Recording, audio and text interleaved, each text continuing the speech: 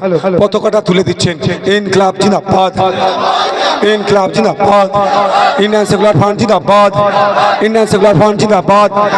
ISF পরিবারের এই নেতৃত্বদেরকে স্বাগতম, আইএসএফ পরিবারের নেতৃত্বদেরকে স্বাগতম। প্রাণগঞ্জ অঞ্চলবাসী জিন্দাবাদ, ভাঙড়বাসী, ভাঙড়বাসী, প্রাণগঞ্জবাসী, ইন্ডিয়ান সেকুলার ফ্রন্ট জিন্দাবাদ, ইনকলাব। আমি আপনার কাছে এক মিনিটে কেন আপনি আইএসএফে আসলেন, কত টাকা দিয়ে আইএসএফে নিয়ে আসা হলো সেটা একটু বলুন। আসসালামু আলাইকুম।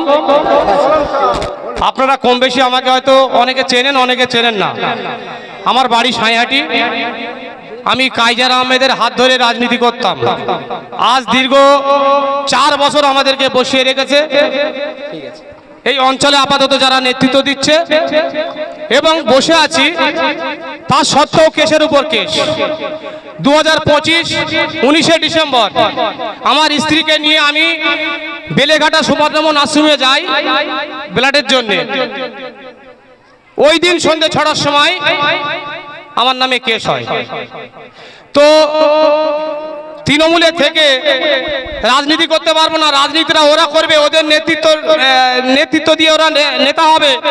আর আমি কাইজার আহমেদের নেতৃত্বে দল করতাম। আমাদের অপরাধ, কাইজার আহমেদের অফিসে আপনারা দেখেছেন মাস 2-3 আগে অফিসটা ভাঙা হয়।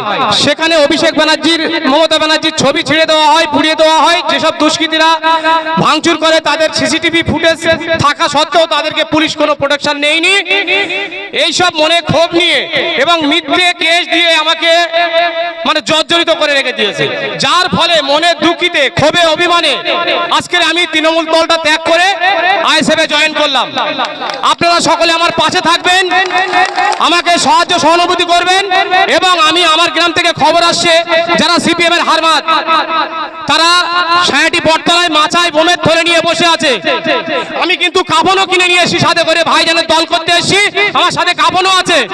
আমি কাফন কিনে নিয়ে এসেছি, কাফন মাথায় দিয়ে আমি রাজনীতিটা করব। এবং 2021 সালে আমার ভাইজান একটু সময় দেবেন, আমার ভাইজান ছিল, ভাইজান গিয়েছিল, ভাইজান জানে না আমার নাম করে ফেলেছিল।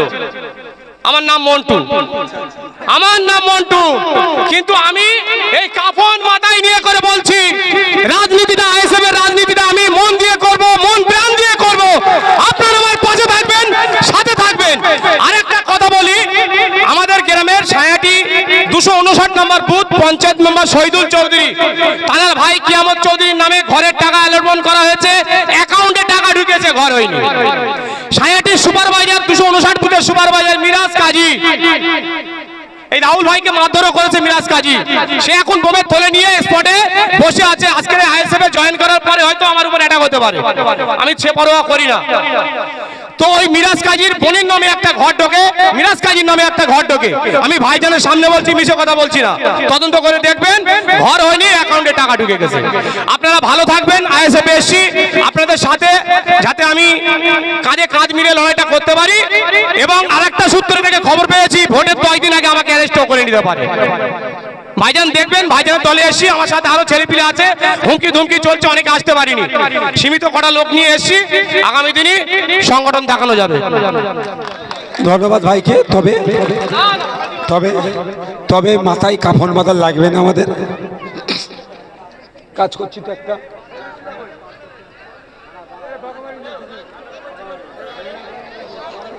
মাথায় কাফন বাঁধা লাগবে না ভাই, মানুষের জন্য রাজনীতি করব, মানুষকে সাথে নিয়ে করব।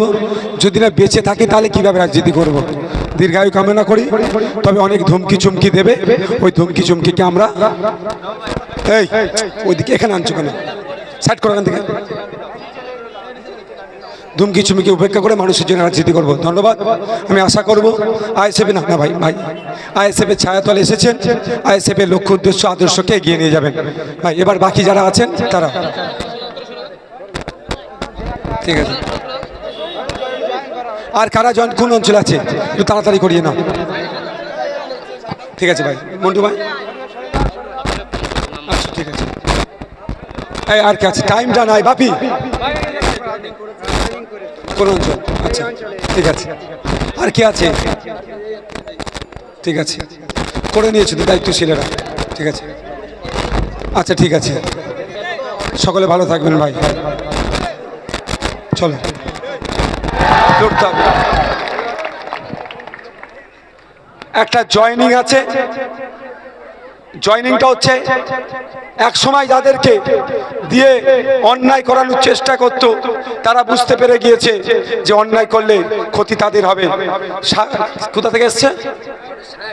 সাইয়াটি থেকে।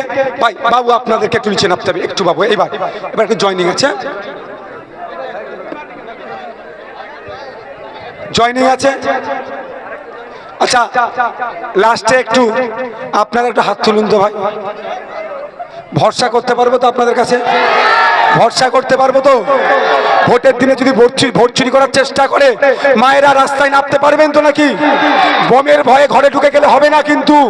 আজকে যদি আপনি বোমের ভয়ে ঘরে ঢুকে যান 5 বছর কিন্তু আপনার বাড়ির সামনে বোমাবাজি করবে। আর আজকে যদি বোমের ভয়কে উপেক্ষা করে রাস্তায় নামতে পারেন আগামী 5 বছর ভাঙড়ে বোম পড়া বন্ধ হয়ে যাবে। কোনটা চাইবেন আপনারা? দীর্ঘমেয়াদী চাইবেন নিশ্চিতভাবে। তাই অনুরোধ করছি ভোটের আগের দিন, ভোটের পরের দিন 4 তারিখ পর্যন্ত আজ থেকে সজাগ থাকুন আমাদের। হ্যাঁ তুমি আচ্ছা আচ্ছা এক পাট করে করি। এখন সাইহাটি থেকে আইএসএফ এর আদর্শিত হয়ে তৃণমূল কংগ্রেস পরিত্যাগ করে আইএসএফে যুক্ত হচ্ছেন আমাদের ইয়াসিন। আমাদের প্রথম রাহুল করে দাও, তারপরে ইয়াসিন পড়বে। আমাদের রাহুল অঞ্চল নেতৃত্ব এই ওনাদের লিডারের